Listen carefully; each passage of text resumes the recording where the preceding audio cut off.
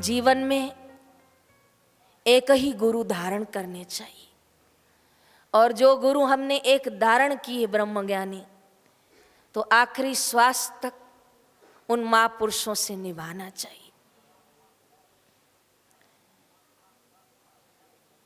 एक छोटा सा अनुभव मैंने ग्रस्त परिवार से सीखा।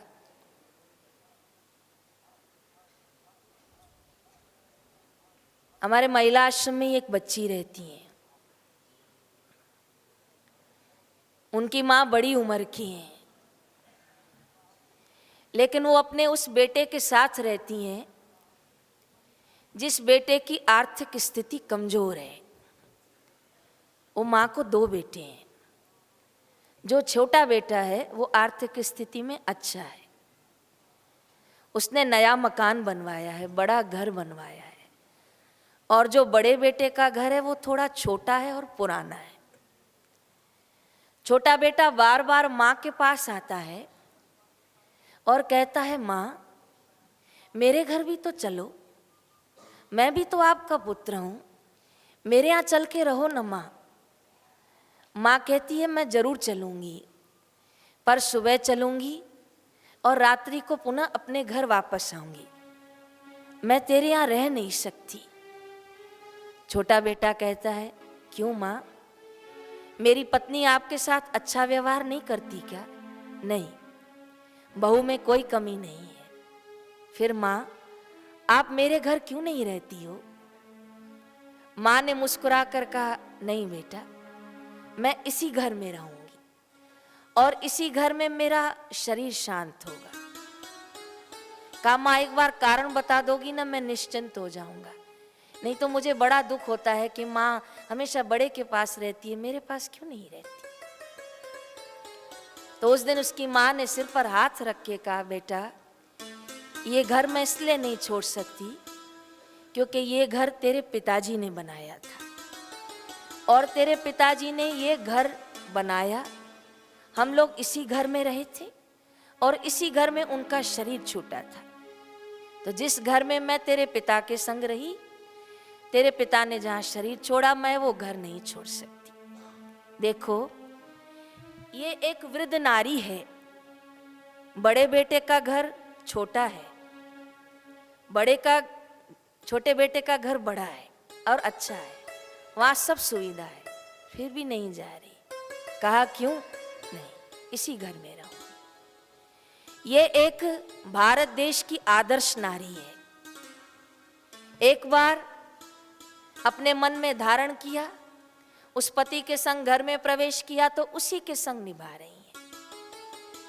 शास्त्रों में आता है कि नारी कौन सी कुशल, कहा नारी वो कुशल, ध्यान से सुनना बच्चियां, लड़के भी सुनना। कहा कौन सी नारी का जीवन कुशल? बोले जिसका इष्ट एक हो, जिसका पति एक हो और जिसका गुरु एक हो। जयराम जी की बच्चियां समझ में आ गई बात? जिसका इष्ट एक हो। गंगा गए तो गंगादास, यमुना गए तो नहीं, एक इष्ट, जिसको एक बार इष्ट बनाया, हृदय आसन पे बिठाया। इष्ट एक, गुरु एक। और आप तो ब्रह्मचारी हो, अगर कोई माताएं गर्भगृहस्थ में प्रवेश कर गईं तो जीवन में जिसको पति धारण किया वो भी एक। राम जी के वचन, एक नारी सदा ब्रह्मचारी। राम जी यज्ञ कर रहे थे, वशिष्ठ जी ने कहा कि माता सीता के बिना ये यज्ञ संपन्न नहीं होगा, माता सीता को वन से वापस लाया जाए। माँ को बड़ा ढूंढा गया, लेकिन राम जी की इच्छा नहीं थी, इसीलिए माँ सीता वन से नहीं आई। कहा प्रभु, माँ सीता के बिना यज्ञ संपन्न न होगा। तो यज्ञ में श्री राम जी की बाईं ओर माता सीता के वजन बराबर, उनके तुला बराबर मूर्ति बनाई गई। उस मूर्ति में प्राण प्रतिष्ठा की गई और भगवान श्री राम के बाईं ओर माँ सीता का स्वरूप विराजमान किया गया। पर भगवान श्री राम ने जीवन में दूसरे विवाह का प्रसंग न सुना न कभी किसी की बात को अमल किया। विद्यार्थियों, जीवन में हमेशा चरित्र की रक्षा करना। थोड़ा सा भी धन प्राप्त हुआ हो ना किसी को, उसे संभाल के रखना चाहिए। कीमती वस्तु जैसे हम कबर्ड के अंदर तिजोरी के अंदर एक छोटा सा बक्सा बनाकर उसे लॉक करके चाबी संभाल के रखते हैं, इसमें हमारा अनमोल धन है। यहाँ 7 दिन में जो आपने पाया है वो आपका अनमोल धन है। ये चरित्र की दीक्षा अनमोल धन है। ये गुरु की कृपा से आप जो सब सुन रहे हैं और अपने जीवन में ले रहे हैं, ये अनमोल धन है। आकाश की शोभा शून्य से नहीं, तारों से होती है। खाली खाली आकाश किसी को अच्छा नहीं लगता, वो तारों से ही शोभता है। आकाश की शोभा शून्य से नहीं, तारों से होती है। देश की शोभा गद्दारों से नहीं, वफादारों से होती है। मनुष्य की शोभा उसके रूप और रंग से नहीं होती। मनुष्य की शोभा उसके रूप और रंग से नहीं होती। साधक की शोभा उसके धन और लावण्य से नहीं होती, लेकिन साधक की शोभा उसकी भक्ति, उसकी साधना और उसके चरित्र से होती।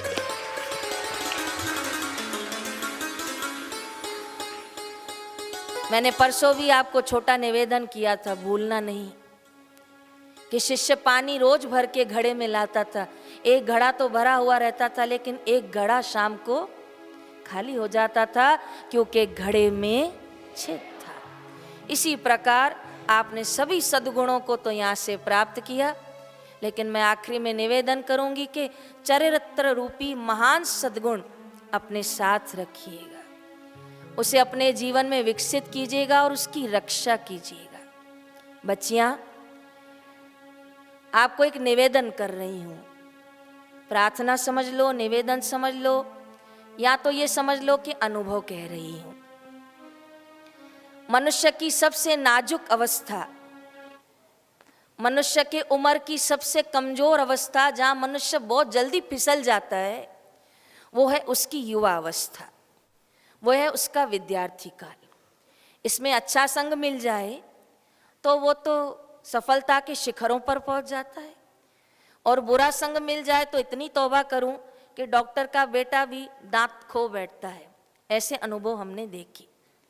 एक चींटी अगर फूल का संग कर लेती है, फूल के अंदर जाके बैठ जाती है, थोड़ी देर में पुजारी आता है और वो फूल भगवान के माथे पे अर्पण करता है।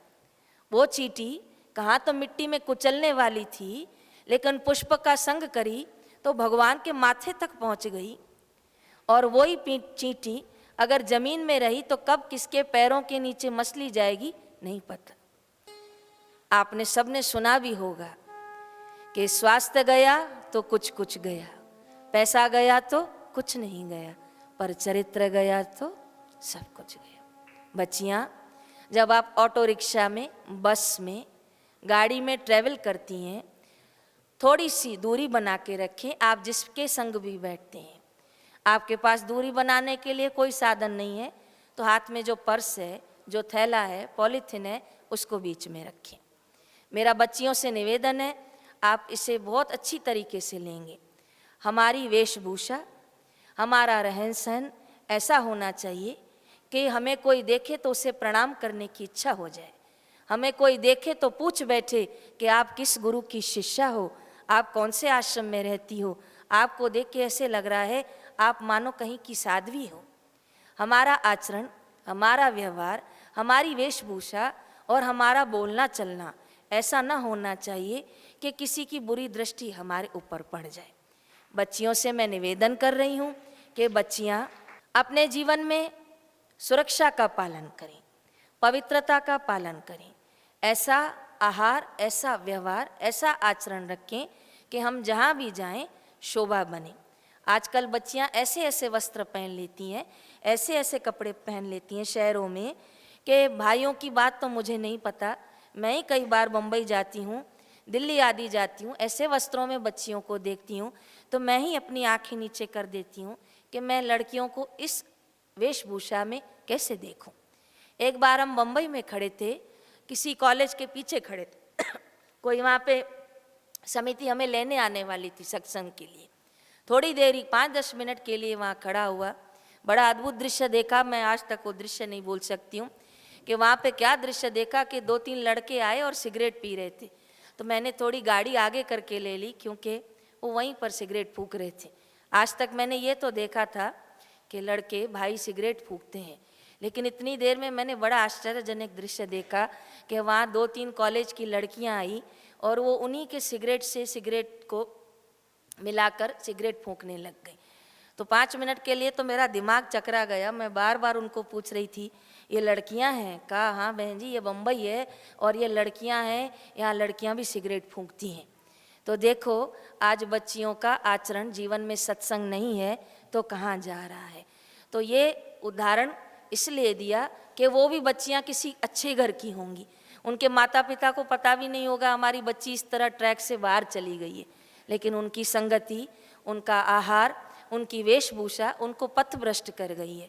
तो आप स्वयं तो मार्ग पर हैं, पर मैं निवेदन करूंगी कि आपके आसपास, आपके घर के सम्मुख, स्कूल कॉलेज के सम्मुख ऐसी बच्चियां अगर पथभ्रष्ट हो रही हों तो उन्हें सतशास्त्र देखकर, अच्छे वचन सुनाकर और अपनी आहार वेशभूषा से ऐसा परिचय दे दो कि आपको देखकर उनका रहन सहन का ढंग बदल जाए, उनको एक आदर्श मिल जाए। ये जो पद्धतियाँ आई है ना, स्लीवलेस कपड़े पहनना, छोटे कपड़े पहनना, ये हमारे देश की पद्धति नहीं है। हमारे देश की पद्धति तो बड़ी सहनशील, बड़ी सुंदर और बड़ी ही अद्भुत है कि बच्ची बहन को देखते हैं तो लगता है हाँ ये हमारे घर की शोभा है। मैं बच्चियों को इतना ही निवेदन करूंगी कि चरित्र जो है वो हर साधक की, हर विद्यार्थी का एक अनमोल रतन है। शिवाजी महाराज की जय जयकार है क्योंकि शिवाजी महाराज के जीवन में चरित्र की अनमोल देन थी। स्वामी विवेकानंद की जय जयकार है तो उनके जीवन में चरित्र की अनमोल देन थी। माँ शबरी की जय जयकार है, जीवन में अनमोल देन थी ब्रह्मचार्य की। मुक्ताबाई की जय जयकार है, जीवन में अनमोल देन थी ब्रह्मचार्य की। गार्गी की जय जयकार है, जीवन में अनमोल देन थी ब्रह्मचार्य की। लीलाशाह बापू की जय जयकार है क्योंकि अनमोल देन थी ब्रह्मचार्य की। हनुमान जी की जय जयकार है क्योंकि जीवन में देन थी, बोलो बच्चियां, चरित्र की। इसीलिए मेरा हाथ जोड़कर आपसे निवेदन है कि अपने जीवन की, अपने चरित्र की, अपने जमा की पूंजी की आप स्वयं रक्षा करेंगे। औरंगजेब का इलाका था और औरंगजेब के इलाके में बड़ी ही क्रूरता फैली हुई थी। उसके इलाके के अंदर एक छोटा सा गांव था। एक सुंदर कन्या जिसका नाम राम दुलारी था, माँ बेटी ही थी, माँ सूरदास थी। बेटियां वो जो कार्य कुशल हो, लड़कियां यहाँ माला कर रही हो धन्यवाद है, यहाँ सत्संग सुन रही हो धन्यवाद है, यहाँ योग आसन प्राणायाम सीख रही हो धन्यवाद है, पर घर पे जब माँ का स्वास्थ्य ठीक नहीं है तो आपको खाना बनाना ही आपको धन्यवाद है। उस समय कहना मुझे रोटी नहीं आती है, नहीं। बच्चियों का कार्य कुशल होना बहुत जरूरी है, बहुत जरूरी। बच्चियाँ कई बच्ची होती हैं, कभी बहन बनती हैं, कभी माँ बनती हैं, कभी दादी बनती हैं, कभी देवी बनती हैं। बच्चियाँ तो सदैव दया की मूर्ति, प्रेम की पात्र होती हैं। इसीलिए बच्चियों को खाना बनाना, खाना पिरोसना, खाना खिलाना, ये सद्गुण तो बच्ची में होने चाहिए। नारी शक्ति जागृत सदा, जिसका नहीं बयां। तो ये पूज्य बापू जी की कृपा, माँ लक्ष्मी की कृपा है, गुरु माँ की गरी कृपा है कि हम सभी बच्चियों को ऐसे संस्कार देके हम सबको सक्षम बनाया। तो बच्चियाँ अपने जीवन का, अपने स्वभाव का, अपने विचारों का, अपने खान पान का, अपने रहन सहन का आप आदर्श बनेंगी और ऐसा कोई हमसे कार्य न होगा कि हमें कोई भी उंगली उठाकर कुछ बोलकर जाए। तो राम दुलारी जो थी आर्थिक स्थिति से बड़ी गरीब थी। वो गान करती थी, भजन गाती थी, कभी कुछ गाने गाती थी। गान करके माँ और बेटी अपना रोजी रोटी पालन करती थी। बड़े आश्चर्य की बात है, बड़ी कृपा भगवान की कि राम दुलारी जितना सुंदर गाती थी, दिखने में भी उतनी ही सुंदर थी। उसे कोई देखे तो एक बार देखता, हाँ ये कन्या बड़ी सुंदर है। और जब गाती थी तो लगता था ईश्वर की बड़ी कृपा है। जब शाम को गाती थी पूरा गांव इकट्ठा हो जाता था। लेकिन ये बात फैलते फैलते औरंगजेब तक चली गई कि ये गाती भी बड़ा सुंदर है और दिखती भी बड़ा सुंदर है। औरंगजेब का ऐसा मन बेईमान हुआ और आज्ञा करी 4 घोड़े सवारों को, जाओ राम दुलारी को उठा के आओ। वो अंधी माँ रोती रोती रह गई कि मेरी बच्ची को मत ले जाओ, मेरे बच्ची को मत ले जाओ। लेकिन उसे राजमहल में लाया गया। जब औरंगजेब ने उसकी सुंदरता देखी और उसने कह दिया कि तुम्हें मेरे साथ विवाह करना होगा। राम दुलारी भगवान का भजन करती थी, हिंदू नारी थी, भारत देश के संस्कार थे, अपने मां के संग रह के अपने चरित्र की रक्षा करना सीखी थी और बुद्धिशाली थी। कहा मैं तैयार हूं, लेकिन अंदर अंदर कुछ और निश्चय कर लिया था। कहा मैं तैयार हूं लेकिन मेरी एक इच्छा है। कहा क्या? कहा महाराज मैं हमेशा गान गाती हूं, मुझे आखिरी बार गान गाने दीजिए, फिर तो मैं विवाहित हो जाऊंगी, धर्म परिवर्तन होगा, मैं भजन कैसे गा पाऊंगी। एक अंतिम कार्यक्रम आप रख दीजिए, पूरे गांव को इकट्ठा कीजिए और कहिए कि राम दुलारी आज आखिरी बार गाएगी। कहा ठीक है, तुम्हारी आखिरी इच्छा पूरी होगी, लेकिन इसके बाद तुम कभी भजन न गाओगी। कहा हाँ मालिक, इसके बाद कभी भजन न गाऊंगी। जब पूरे गांव को पता चला कि राम दुलारी आज अंतिम बार गाने वाली है, पूरे गांव को ताले लग गए। आखिरी गान, आज आखिरी भजन, राम दुलारी फिर मुसलमान बन जाएगी, चलो सब चलो। पूरा गांव चौराहे पे इकट्ठा हो गया। राजा का राज सिंहासन लग गया, औरंगजेब बैठ गया और राम दुलारी ने गान गाना शुरू किया। जब गीत हृदय से गाया जाता है, भजन हृदय से गाया जाता है, तो आंखें गीली हुए बिना नहीं रहती। फिर वो चाहे तुकाराम महाराज हो, चाहे सहजो भाई हो, चाहे भूरी भाई हो, चाहे मीरा भाई हो, चाहे एकनाथ हो, चाहे ज्ञानेश्वर महाराज, जब जब दिल से पुकारा, हृदय से गाया तो आंखें गीली हो। राम दुलारी उस दिन गाई तो सही, लेकिन गाने में इतना दर्द था कि राम दुलारी तो रो पड़ी कि जो सुनने आए थे वो भी रो पड़े। रोते रोते ऐसा माहौल बन गया कि राम दुलारी गाते गाते नाचने लग गई और नाचते नाचते वो बीच चौराहे में गिर गई। सबको लगा दुखी होके गिरी है, अभी उठ जाएगी, अभी खड़ी होगी। बड़ा समय हुआ जब वो न उठी तो राजा ने सिपाही को कहा उठाओ इसे। वो जैसे उसे उठाया, गर्दन ऊपर करी, कंधा उधर किया तो राम दुलारी के मुंह से खून बह रहा था। तुरंत वैद्य को बुलाया गया, नाड़ी पर हाथ रखा और कहा महाराज नहीं बच सकती, आखिरी श्वास से चल रही है। लेकिन ये कैसे हो गया? तो कहा महाराज इन्होंने विषपान कर लिया है, जहर पी लिया है। आखिरी 2 श्वास चल रही थी, राम राम। जो हाथ में चिट्ठी रखी थी वो वजीर को उठा के दी और कहा जाओ। इशारा किया औरंगजेब की ओर, इसे दे दो। आखिरी श्वासों में राम जप रही थी। वो चिट्ठी आई, औरंगजेब ने खोली तो अंदर लिखा था, राजन ये भारत की नारी है, ये भगवान का भक्त है। भगवान के भक्त के लिए, भारत की नारी के लिए चरित्र बड़ा अनमोल रतन होता है। मैं प्राण देना कबूल करती हूं पर आपके हाथों आना कबूल नहीं करती।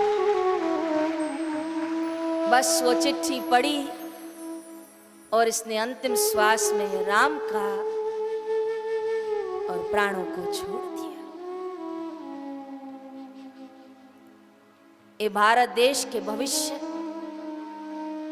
ये भविष्य को निर्माण करने वाले मेरे गुरु के प्यारे विद्यार्थियों,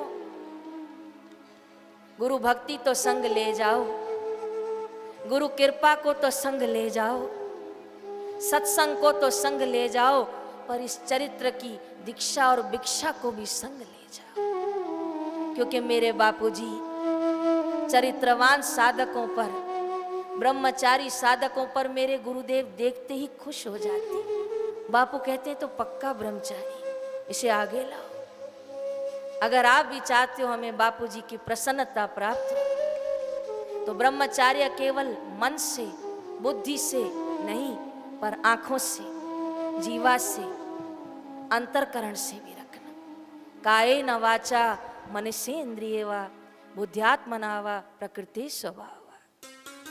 विद्यार्थी, कई बार ये मन बड़ा बेईमान हो जाता है। विद्यार्थी रात को छुप छुप के पिक्चर देख लेता है, कोई अटपटे गाने सुन लेता है, टीवी चलाकर कुछ ऐसे दृश्य देख लेता है जो उम्र से पहले ही उसे बड़ा कर देते हैं, और जो उन्नति उसकी होनी चाहिए थी, जो बुद्धि शक्ति उसकी विकसित होनी चाहिए थी, वो उससे पहले वहीं कुंठित रह जाता है। इसीलिए एक ही क्लास में एक ही टीचर, एक ही किताब, लेकिन कोई बच्चे अच्छे नंबर लाते हैं, कोई कम लाते हैं, क्योंकि शक्ति का ह्रास हो गया। विद्यार्थी, जाते जाते दोनों हाथ जोड़कर आपको निवेदन कर रही हूं मैं आज कि अपने ब्रह्मचार्य की रक्षा करना, अपने पाई हुई शक्तियों की रक्षा करना, मंत्र जाप की जो कमाई की है उसकी रक्षा करना। कहीं व्यर्थ का आहार करके, व्यर्थ का संग करते और व्यर्थ की बातें सुन के फिर से घड़े में छेद कर मत बैठना। बस आज इतना ही आपसे निवेदन करूंगी।